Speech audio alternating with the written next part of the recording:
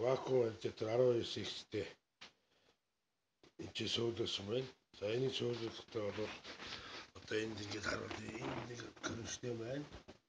Хоёр төн тэнд байна. Доор нь крыштэй цаавал 3 крыштэй мөчөөж. За 3 крыштэй хийгээд тэгээд энийг залгахтаа удирдлага байгаа. За удирдлаганд ингээд энэ тэний залгуур байна.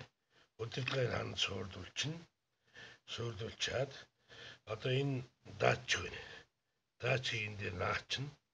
Өөрөө соронцтой тогтчихно. Тэгээд энэ тэний залгачна. Тэний залгаад тэгээд энэ 200-ын залгуурыг одоо ингээд 200-ын тижээ залгачна. За тижээ залгачиход энэ дээр ингээд гэрэл асна. За энэ баруун талын төвчийг 75 хийсэн. Энэ төвчд одоо халаах дээд температурыг заадаг тавьж. За би одоо энэ төвчийг ингээд жишээлбэл 80 градус гэж тавьчих. Тэгэхээр 80 градус тэгээд за энийг одоо бас хөдөлгөж үзье. Тэгээд 48 ч гэдэг юм ингээд. За яг би ерөнхийдөө бол бид нэр 50 градус тавьдаг. За ингээд 50 градус тавьчихаар энэ ингээд үндсэндээ болоо. За тэгэхээр энэ бол дээшээ халах температурыг зааж байгаа 80 градус гэдэг. Энэ 50 градус гэдэг бол залгах температурыг зааж байгаа. Үндсэндээ энэ пар халаад одоо ингэ хална. Халаад 80 градус болохоор тогн сална. Тог салаад тэгээд нэгэнд халдсан юм чинь тэр халсан дулаан агаарт өгөөд байна. Тэгж жагаад 50 градус болохоор буцаад тог залгагдана.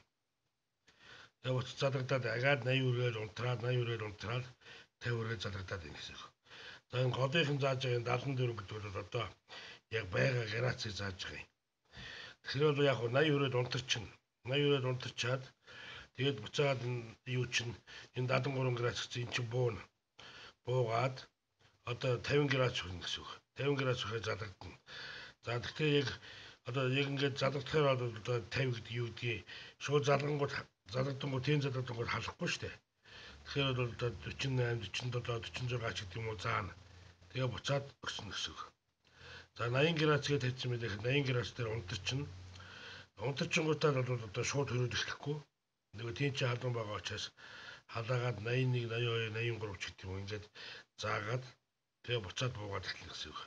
Эрдэнэ юм байна. За энэ бол өөрөө энэ удирдлага бол одоо 1100 Вт буюу 1.1 кВт-ийн ачааллыг даана.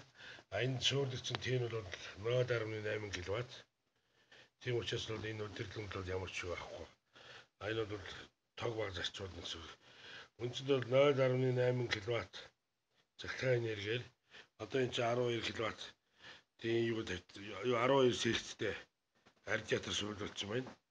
12 С-тэй радиатор бол 16-аас 12-аас 16 м квадрат талбай халаана гэсэн үг. Тэгэхээр бага энергээр одоо их талбай халаах ийм л одоо зориултаар өгсөгдөж байгаа пар байна да.